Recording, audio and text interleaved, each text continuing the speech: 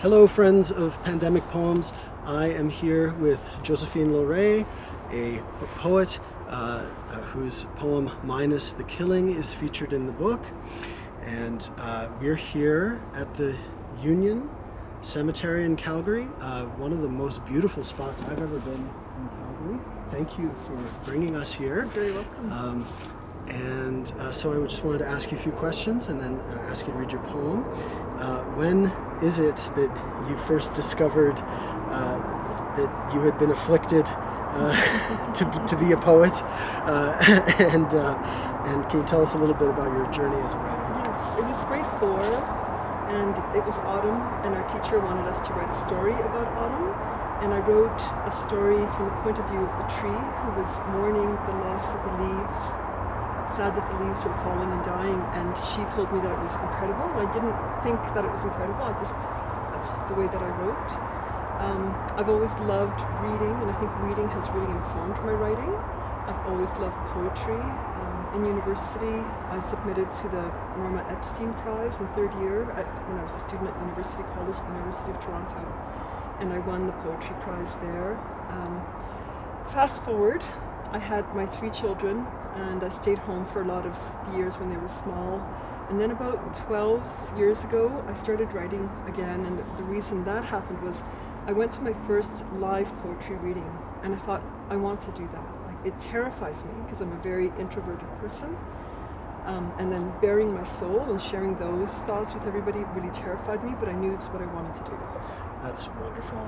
I came up through the open stage poetry readings in Edmonton. Yes. And reading poems on the street and this Yes. kind of thing. So it was terrifying as a teenager, and terrifying, exhilarating.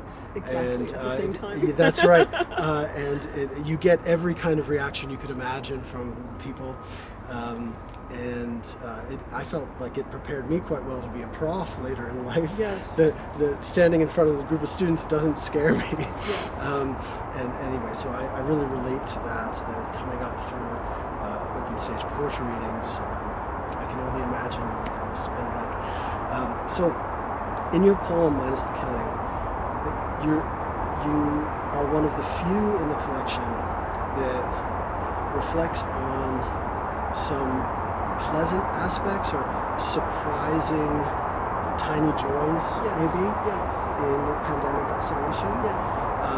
And I really think that people want to hear about that. So I felt like there's like an aesthetics of isolation, talking about what is pleasant and beautiful about that. And I just wanted to hear from you your thoughts about what's good of isolation, and also just sort of generally about how that features in poetry. Yes.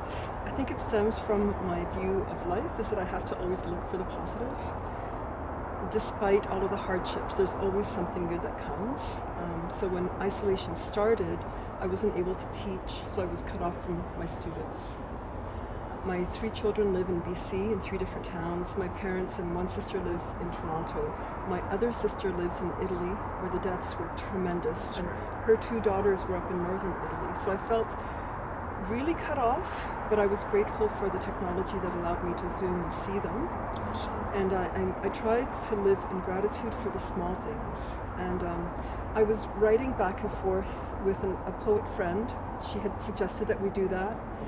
And she wrote something about living on a farm and how wonderful it was, except for like the killing of the chickens and such. And I thought I could live on a farm minus the killing, and I thought this is COVID.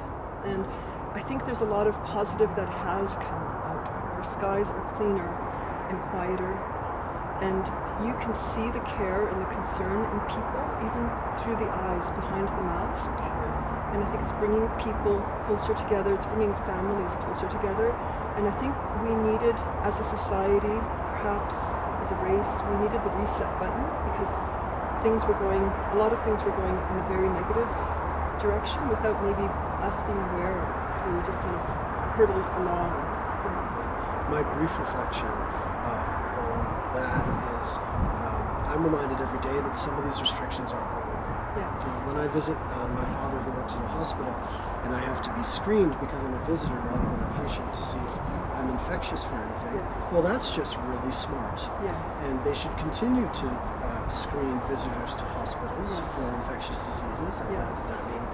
I hope that never goes away. And there is also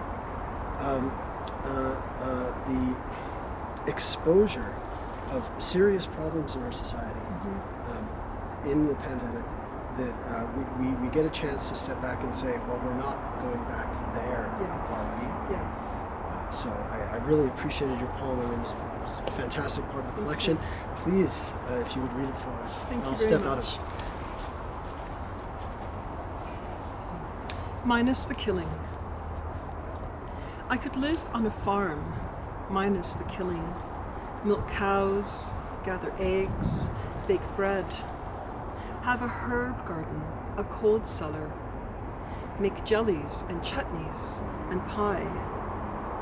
I could live with the Waltons, wear plain cotton dresses, comb my hair every night. Share a room with my sisters, wear flat-heeled shoes, and walk the 3 miles into town. I could live in that Star Trek episode where Captain Kirk lands in a pre-European North America, on the prairie, in a teepee, go to the river for water, know each plant by name.